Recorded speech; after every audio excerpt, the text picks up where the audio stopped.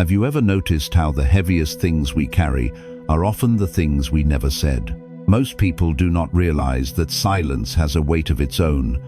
What if the mental exhaustion you feel is not from the daily tasks you are doing, but from the invisible burden of words left hanging in the air?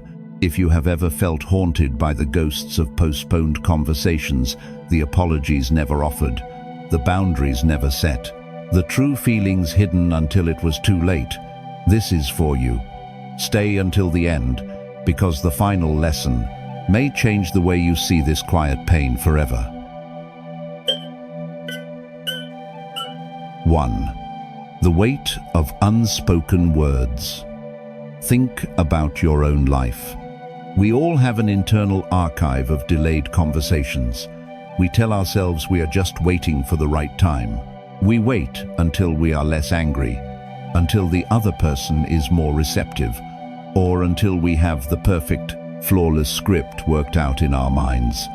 But life does not pause for our preparations. Days turn into weeks, and weeks blur into years. People drift away, circumstances shift, and the opportunity vanishes completely. What remains is a heavy, lingering silence. We replay these unlived moments over and over in our minds, agonizing over how the story could have changed. If only we had found the courage to speak up. Buddhist wisdom teaches us that suffering often arises not from what actually happened, but from our deep attachment to how things should have been. We cling to the phantom of a different past. We suffer because we refuse to let the unspoken words dissolve into the emptiness they came from. In Buddhist thought, holding on to these missed chances is a profound form of clinging. It is a refusal to accept the present reality exactly as it is, choosing instead to live in a memory that never fully materialized. Imagine carrying a small stone in your pocket for every time you held back your truth. At first, it is just one stone. You barely notice its presence. But over time, as the unsaid words pile up, the suppressed frustration with a colleague, the unspoken affection for someone who moved away, the unsaid goodbye to a loved one, the stones multiply. Soon, your pockets are so heavy that every step is a struggle. You are utterly exhausted, dragging yourself through the very real present moment, because you are weighed down by the unresolved past. The stones do not change the past, they only make your current journey harder. We see this deeply in our modern lives. We draft long, emotional text messages in the dark, only to delete them before hitting send. We sit across from family members at crowded dinner tables, swallowing our true feelings just to keep the peace, only to digest a quiet resentment instead. We watch someone walk out of our lives while we stand silently at the door. And then, long after they are gone, our overthinking minds begin to spin. We try to finish the conversation with an empty room. Ask yourself, whose ghost are you still arguing with in your head? What are you afraid will happen if you finally accept that the window for that conversation has permanently closed? Is holding on to this unsaid sentence bringing you peace, or is it only feeding your regret? Pause, breathe, bring your awareness to the tightness in your chest or the racing of your thoughts. Observe this heavy feeling without judgment. Let the feeling rise without making it your identity. You do not need to go back in time. You do not need to force a resolution where none exists. You are not powerless. You simply need to realize that some words are meant to remain unspoken, returning quietly to the vastness of time. Honoring what has passed means forgiving yourself for the silence. It means dropping the stones, one by one. But realizing the weight of your silence is only the first step, because beneath our delay is often a dangerous illusion that keeps us waiting forever. And this is where the next truth begins. 2. The myth of the perfect moment. What if the right time you have been waiting for was never real to begin with? Here is the truth few people want to face. The perfect moment is a beautifully constructed lie we tell ourselves to hide our fear. We convince ourselves that if we just wait a little longer, everything will seamlessly align. We delay the difficult conversations until the circumstances feel safe. We wait for a day when we are not too stressed, when the other person is in a welcoming mood, or when we feel completely certain of our own feelings. We believe that timing can be controlled, scheduled, and managed. But while we wait for the stars to perfectly align, the reality of the situation continues to shift beneath our feet. The delay is not preparation. It is paralysis disguised as patience. Buddhist wisdom teaches us the profound truth of impermanence. Everything is in a constant, unbroken state of flux. To wait for a static, perfect moment is to fight against the very nature of reality. In Buddhist thought, the desire to control the timing of a difficult interaction is simply another form of attachment. We are attached to a fantasy of absolute control. We forget that the only time we ever truly have is the present moment, as flawed, chaotic, and messy as it may be. Imagine a traveler standing on the bank of a wide, fast-moving river. They need to cross to the other side to continue their journey. But instead of building a boat or finding a shallow path, they simply sit on the edge, waiting. They wait for the river to stop flowing. They wait for the rushing water to become perfectly still, quiet, and predictable. But the nature of a river is to move. If the traveler waits for the river to stop, they will sit on the bank forever, watching their life pass by on the opposite shore. Think about how often we do this in our everyday lives. We postpone setting a basic boundary with a demanding colleague until the project is finished. We wait to tell a friend they hurt us until they are less busy with their own problems. We delay expressing our deepest feelings or walking away from an empty relationship because we want the conditions to be entirely painless. We are standing by the river, demanding that life stop being unpredictable before we are willing to speak.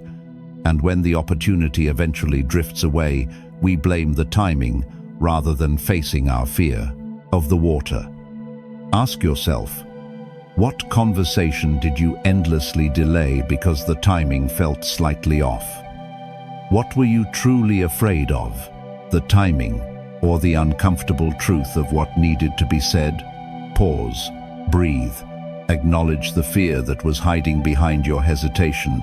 You do not need to condemn yourself for being afraid. Stop trying to negotiate with the past. You cannot control the river, and you never could. You only had to decide whether to step into the water as it was, or find peace in staying on the bank. Releasing the myth of what if. But when the river has moved on, and the chance to speak is permanently gone, our mind often sets a new trap. Permanently gone, our mind often sets a new trap. And this is where the next truth begins. 3. The illusion of closure. What if the closure you are desperately seeking is actually a cage you built for yourself? Here is the truth few people want to face. The obsession with having one final, resolving conversation is often just a disguised refusal to let go. We are deeply attached to the idea of the final word. We convince ourselves that if we could just have one last talk, one clear explanation, or hear the other person say they finally understand our pain, the heavy ache in our chest would magically vanish. We wait for apologies that will never arrive. We stay awake rehearsing our defense, hoping to tie up the messy loose ends of a broken relationship, a faded friendship, or a quiet, heartbreaking departure. We feel utterly stuck in this unresolved space. We believe that we simply cannot move forward until the other person gives us permission to heal by providing an ending that makes sense. Buddhist wisdom teaches us that this craving for an external resolution is a deeply rooted illusion. The human mind demands that life follows a neat and logical script. But in Buddhist thought, true peace never comes from a perfect explanation. It comes from radical acceptance. Non-attachment means learning to sit quietly with the uncomfortable truth that some chapters in life will always end mid-sentence.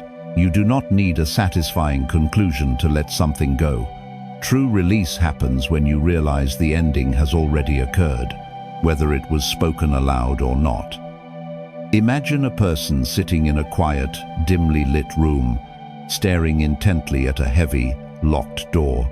They are convinced their peace is on the other side. So they sit there, day after day, knocking on the wood, demanding that whoever is on the other side open it and explain why it was shut. They wait for a voice that will never echo back. What they do not realize is that the back wall of the room is completely open to a vast, beautiful, sunlit sky. The freedom they crave is not behind the locked door. It is found by turning around and walking away from it. Think about how this exhaustion plays out in your own life. We endlessly dwell on people who quietly drifted away, searching our memories for hidden clues as to why they stopped caring. We replay the silent fading of a once close bond, torturing ourselves with questions of what we should have done differently. We hold on to our quiet resentment, secretly believing that moving on without an explanation means our pain did not matter. We wait for the other person to unlock the door, handing our power over to someone who is no longer even in the room. Ask yourself, are you holding on to this silent pain because you think it will eventually summon the ending you want? What would happen if you simply accepted their silence as the final answer? Is demanding closure bringing you peace, or keeping you chained to a ghost? Pause, breathe, release the desperate need for a story that makes perfect sense. Observe the hollow feeling of the unknown without trying to fill it with answers. You do not need their apology to find your own peace. You do not need an explanation to be whole. Stop knocking on a door that is no longer yours to open. Because closure is not a gift someone else hands to you. It is a quiet choice you make within yourself. But letting go of the need for an explanation brings us face to face with an even deeper vulnerability about the people we encounter.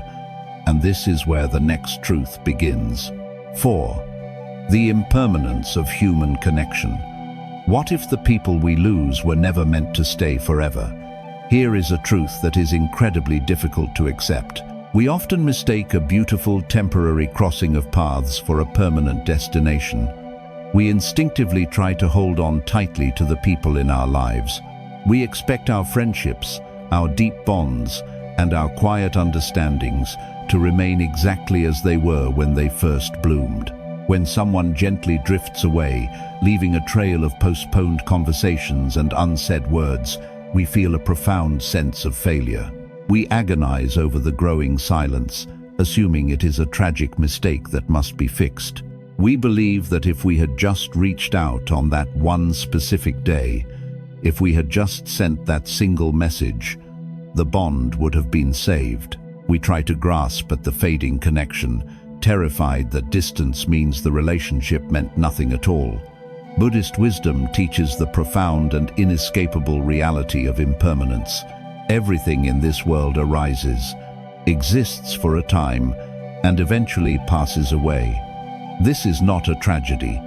It is the natural, beautiful rhythm of existence. In Buddhist thought, immense suffering occurs when we demand absolute permanence from a world that is constantly shifting. Non-attachment means understanding that a relationship's deep value is not measured by how long it lasts or how neatly its final chapter is written.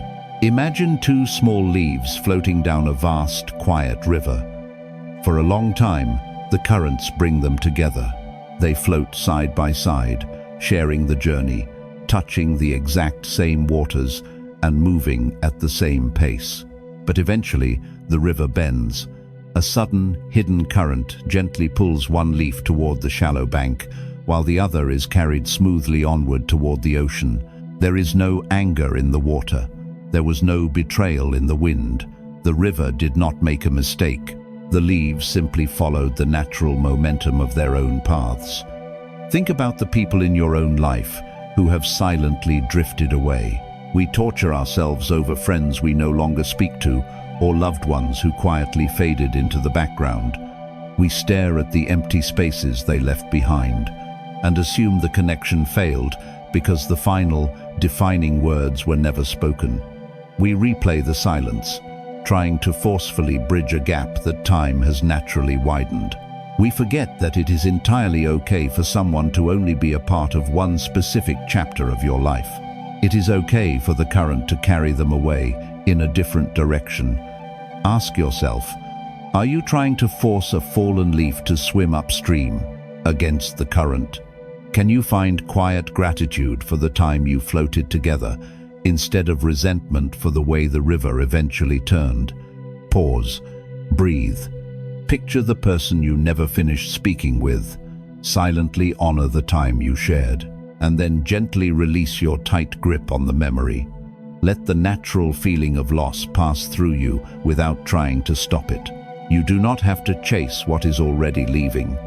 You can honor the profound beauty of a connection without needing it to last forever. Letting life take its natural course is a profound act of peace. But as we let go of the people who have moved on, we are often left holding a quiet, heavy anger at ourselves for the things we missed. And this is where the next truth begins. 5. Releasing the guilt of missed chances. What if the heaviest judgment you carry is not from the person who left, but from yourself? Here is the truth we rarely admit. The deepest pain of a postponed conversation often comes not from the other person's absence, but from our own relentless self-punishment. We are our own harshest critics. When the window to speak finally closes, a quiet, internal trial begins. We replay the exact moments we hesitated. We remember the phone call we let go to voicemail, the moment we looked away instead of speaking our mind, or the evening we stayed quiet to avoid a difficult argument. We label ourselves as cowards. We believe that if we had just been a little braver, a little wiser, or a little more honest, the heavy ache in our chest would not exist today. We carry this guilt like a dense fog, dragging it through every new morning, secretly believing that suffering is the righteous price we must pay for our silence. Buddhist wisdom teaches us the profound necessity of self-compassion. Holding on to this guilt is what Buddhist thought calls shooting yourself with a second arrow. The first arrow was the pain of the lost opportunity or the faded connection. It hurt, but it has already happened. The second arrow is the story you endlessly tell yourself about how you failed. This second arrow is entirely self-inflicted. You are suffering because you are harshly judging a past version of yourself who simply did not have the tools, the emotional bandwidth, or the clarity to speak up in that exact moment. Imagine a small bird sitting on the floor of a wire cage. The door to the cage has been wide open for years. The sky outside is vast, quiet, and endlessly inviting. Yet, the bird refuses to fly. Instead, it paces back and forth along the bottom, aggressively punishing itself for all the beautiful sunny days it spent hiding in the corner when it was too terrified to leave. It is so consumed with deep guilt over the time it lost that it is actively throwing away the absolute freedom it has right now. Think about the immense grace you deny yourself in modern life. We torture ourselves over freezing in front of a difficult person, failing to set a firm boundary with a demanding family member, or not finding the perfect words to say goodbye to someone we loved. We demand that our past selves possess the profound wisdom we only gained by living through the regret of silence. We forget that in those moments of hesitation, we were just exhausted, overwhelmed human beings, doing the absolute best we could with a heavy heart and a confused mind. Ask yourself, are you brutally punishing the person you used to be for not having the strength of the person you are today? What would it actually feel like to gently forgive the version of you who was simply too scared, too hurt, or too lost to find the right words? Pause, breathe, Silently forgive the past version of yourself. Observe the heavy, sinking feeling of guilt, and then consciously loosen your grip on it. You do not have to carry the burden of being perfectly brave. Every single second of your life, you are allowed to be a beautifully flawed human being who sometimes hesitates. Releasing this guilt is not making a selfish excuse.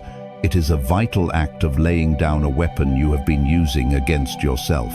But as the noise of self-blame begins to fade, a profound realization often rises in the quiet space left behind.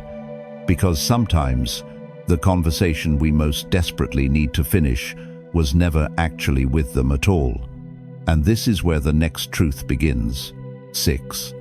The conversation within yourself. What if the words you are so desperate to say were never actually meant for the other person? Here is a truth that changes everything. Most of the time, the external conversation we are agonizing over is just a disguised plea for internal validation. We spend hours, days, and sometimes years drafting the perfect response in our heads. We imagine the exact look on their face when they finally realize how much they hurt us. We think that if we can just articulate our feelings perfectly, they will finally give us the respect, the apology, or the acknowledgement we deeply crave. We believe our healing is entirely dependent on them hearing our side of the story. But underneath this desperate need to be heard by someone else is a much deeper wound. The fear that if they do not validate our pain is not real. Buddhist wisdom teaches us to turn the light of awareness inward. In Buddhist practice, the ultimate source of truth and comfort is never found in the chaotic, unpredictable actions of others. It is found in the silent sanctuary of your own mind. When we endlessly chase an external conversation, we are abandoning ourselves. We are handing the keys to our inner peace to someone who may not even know they hold them. True mindfulness requires realizing that the closure you are seeking from them is actually the compassion you have been withholding from yourself. Imagine standing at the edge of a vast, deep canyon. You are hurting, and you shout your pain into the open air, waiting for a wise and comforting voice to reply. You scream your anger, your sorrow, and your unspoken regret, hoping the canyon will finally give you the answer you desperately need. But the canyon only ever echoes your own voice back to you. You stand there for years, frustrated by the echo, entirely missing the profound truth of the moment.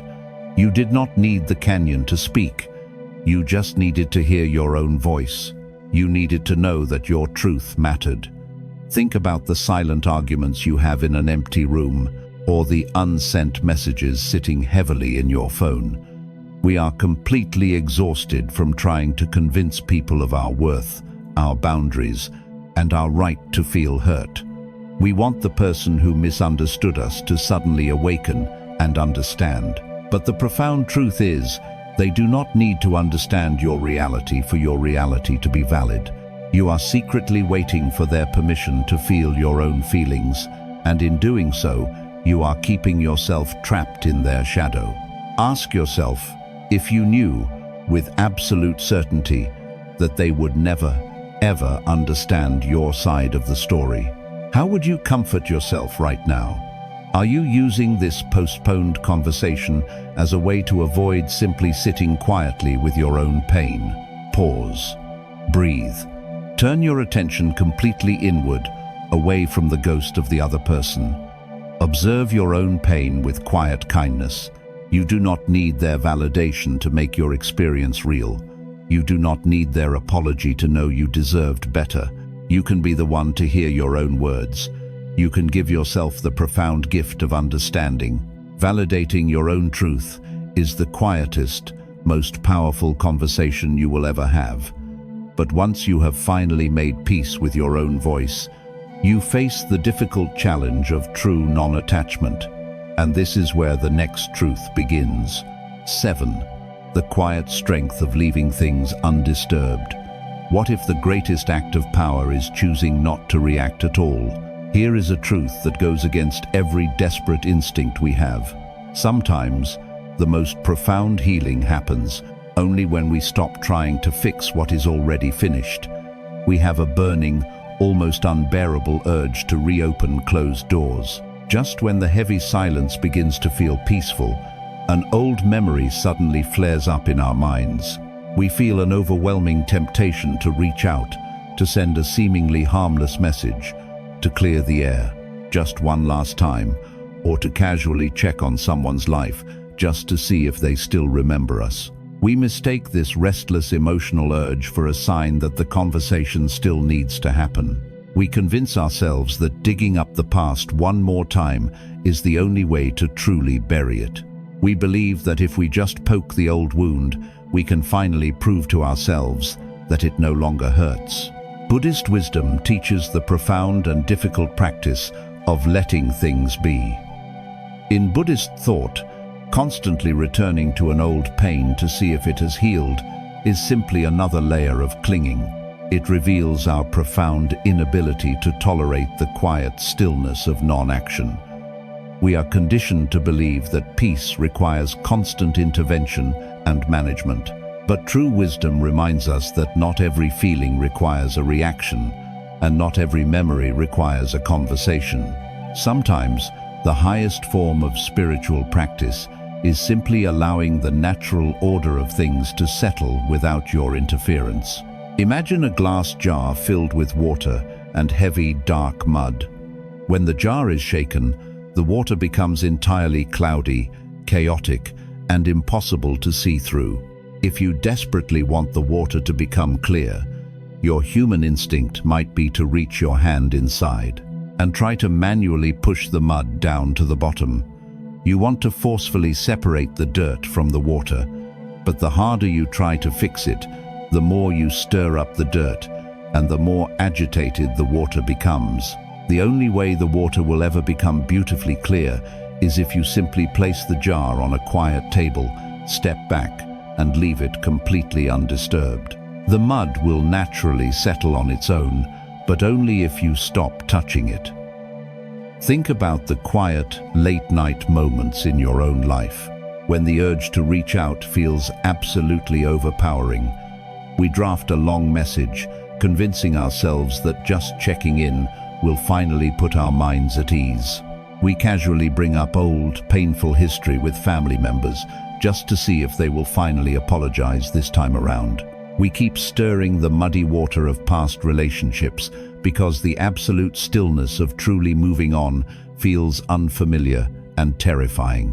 We forget that every single time we try to force a final resolution, we are just shaking the jar all over again, muddying the peace we have worked so hard to build.